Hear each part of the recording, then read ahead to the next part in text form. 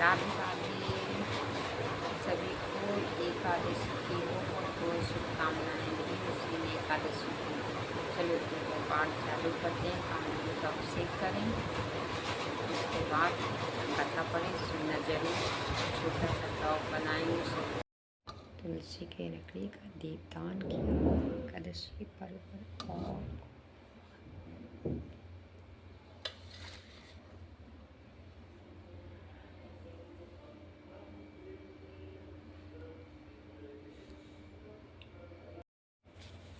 और राधे राधे। चलो एकादशी की कथा प्रारंभ करते हैं।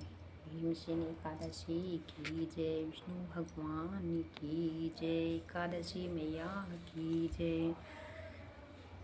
वर्ष की 24 एकादशियों में ज्येष्ठ के शुक्ल पक्ष की एकादशी सबसे बढ़कर फल देने वाली है। इस एकादशी का व्रत रखने से ही वर्ष भर की एकादशियों के व्रत का फल प्राप्त हो जाता है। इस एकादशी में एकादशियों के सूर्योदय से द्वादशी के सूर्योदय तक जल भी न ग्रहण करने का विधान होने के कारण इसे निर्जला एकादशी कहते हैं।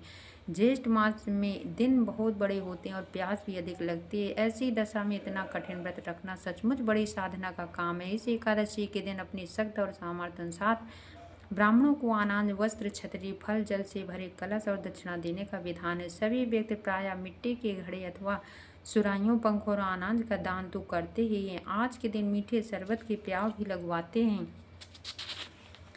अधिक मात्रा में सतत भोजन करते रहना भीमसेन की ये एक बहुत बड़ी कमी थी। एक दिन भीमसेन ने व्यास जी से पूछा, हे पितामह, माता कुंती, भ्राता युधिष्ठिर, अर्जुन, नकुल, सहदेव और द्रौपदी आदि सभी एकादशियों का व्रत करते हैं और मुझे भी अनाज खाने को मना करते हैं, परंतु मैं उनसे कहता हूँ कि भाई, भक्त पूर्वक भगवान की पूजा आदि तो मैं कर सकता हूँ और दान भी दे सकता हूँ, परंतु भोजन के बिना नहीं रह सकता।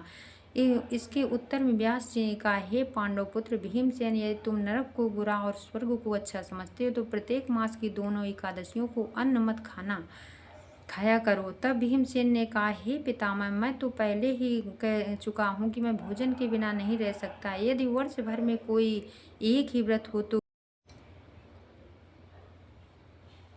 नहीं रह सकता। इसके उत्तर व्यास ने कहा, हे पांडव भीमसेन, ये तुम नरक को बुरा और स्वर्ग को अच्छा समझते हो तो प्रत्येक मास की दोनों एकादशियों को अन्न मत खाया करो। तब भीमसेन ने कहा, हे पितामह, मैं तो पहले से ही कह चुका हूँ कि मैं भोजन के बिना नहीं रह सकता। यदि वर्ष भर में कोई एक ही व्रत हो तो वह मैं रख सकता हूँ। मेरे पेट में व्रत नाम वाली अग्नि है। मैं अन्न के बिना पूरा उपवास तो क्या, एक समय भी भोजन बिना किए नहीं रह सकता। अतः आप मुझको कोई ऐसा व्रत बताइए जो वर्ष भर में केवल एक बार ही करना पड़े और मुझको स्वर्ग की प्राप्ति हो जाए।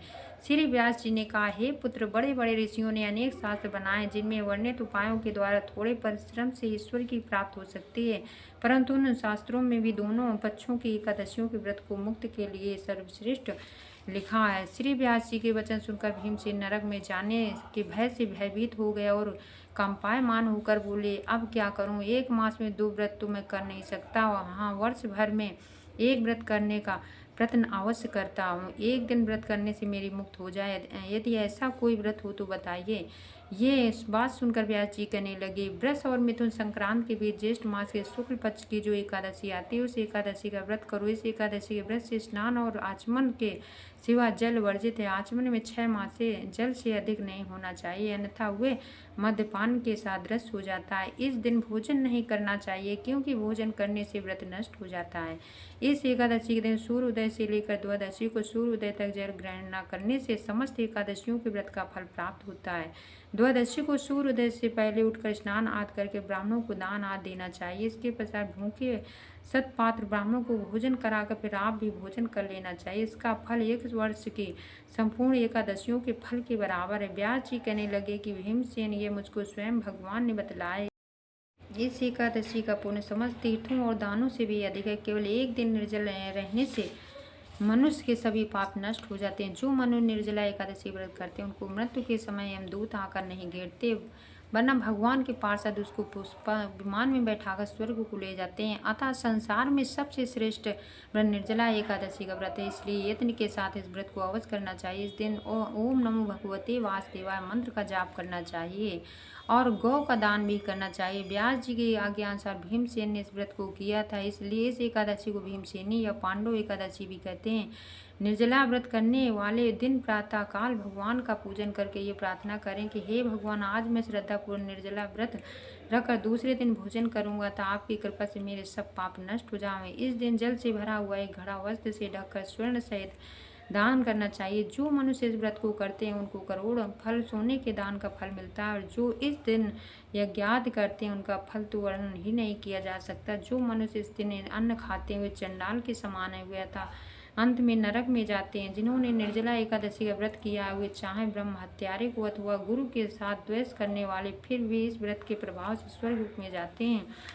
हे भीमसेन, जो पुरुष या स्त्री श्रद्धापूर्वक से व्रत को करते हैं उनको निम्नलिखित कर्म करने चाहिए। प्रथम भगवान का पूजन, फिर गोदान, ब्राह्मणों को मिष्ठान व दक्षिणा देनी चाहिए तथा जल से भरे कलश का दान अवश्य करना चाहिए।